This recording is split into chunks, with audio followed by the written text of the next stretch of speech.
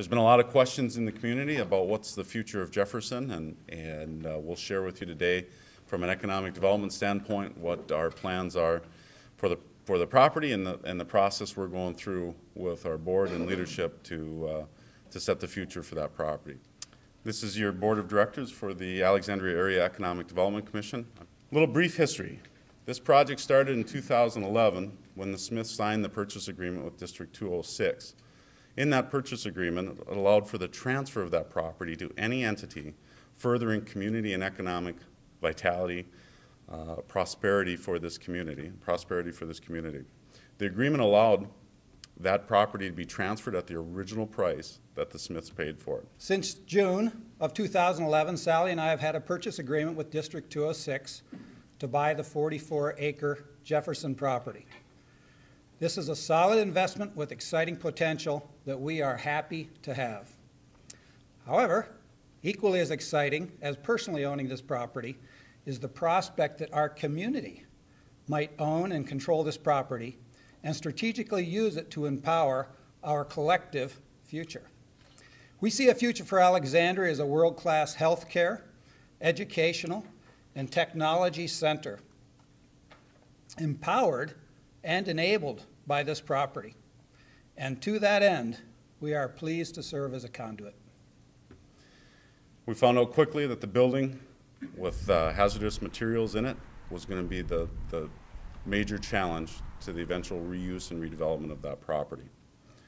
At the conclusion of the strategic planning process, after following through with these meetings with the members, the EDC and LAEDA chose to lead the initiative to acquire the property.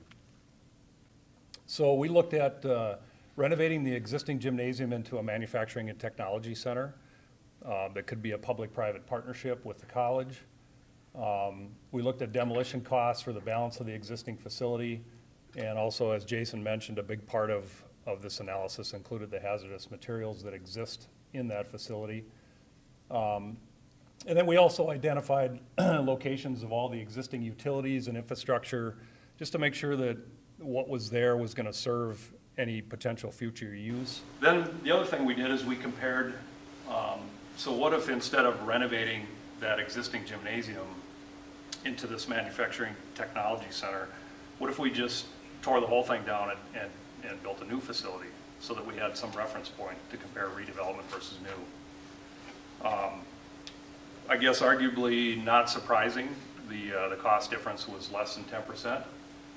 Part of it has to do with the age and the condition of the structure that's there, the hazardous materials that need to be removed.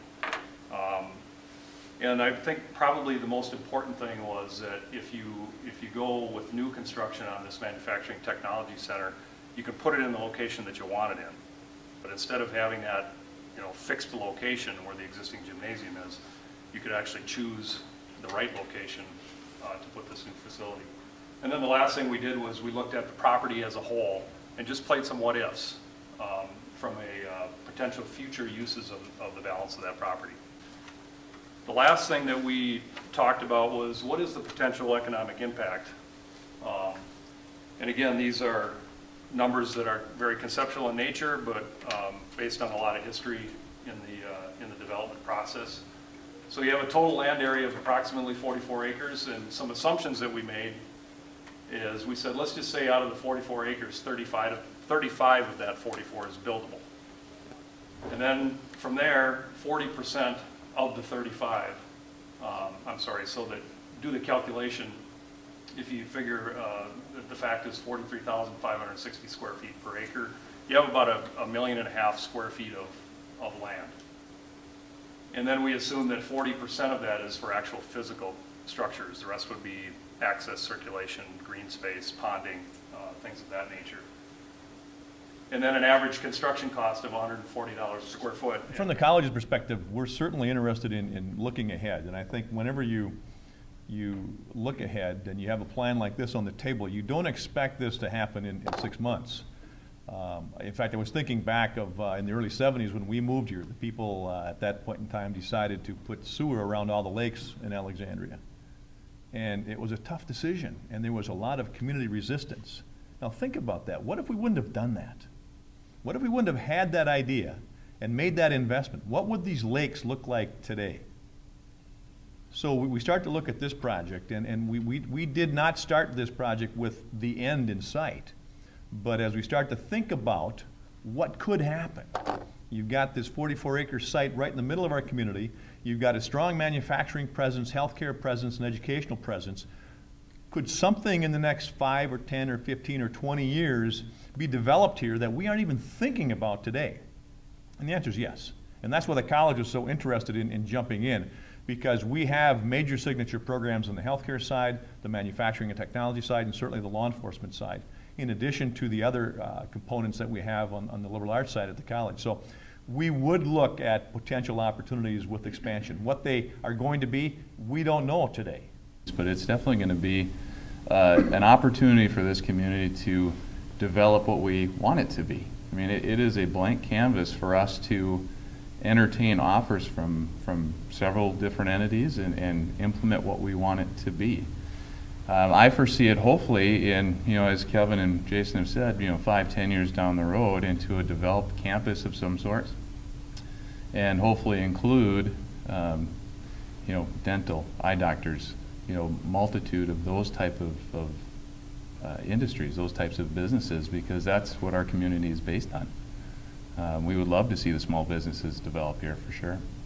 If we don't put a roadmap together, and that's how we were challenged as an EDC board, look at this space, just don't say hypotheticals, put a plan together so that we as a community can look at and say, yes, this is something that we can go forward with. And when you look at the medical, and you look at the college, and you look at the manufacturer potential training center, and then adding more residents on that, it really truly is a vision that I support. And you look at the 44 acres right in the heart of Alexandria, we can't be hands off. We can't. We have to be involved to make sure we're making great decisions. Because I want my kids to come back, and I want generations to come back to say, oh my gosh, we made the right decision, versus letting it just be at haphazard. So this community's come a long way, and a lot of that is because of the forward thinking.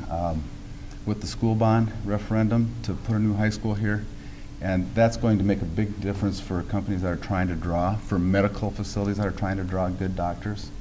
And the way I see this project is just another piece of that puzzle. I mean, we've got an opportunity here that you just don't always get. A lot of communities don't get 44 acres in the middle of town, surrounded by what I call a regional medical center, a great college, and the support of the manufacturing community. The next steps for our process in this is a bonding request to our state legislature. We're asking for $2.9 million as part of the bonding bill this year to be included to the Lakes Area EDA to help with the acquisition and demolition and abatement of the existing facility. The $2.9 million is set out in two files, Senate File 2457 and House File 2641. Senate File is being led by Senator Bill Engelbrechtson, House File being led by Representative Mary Franzen.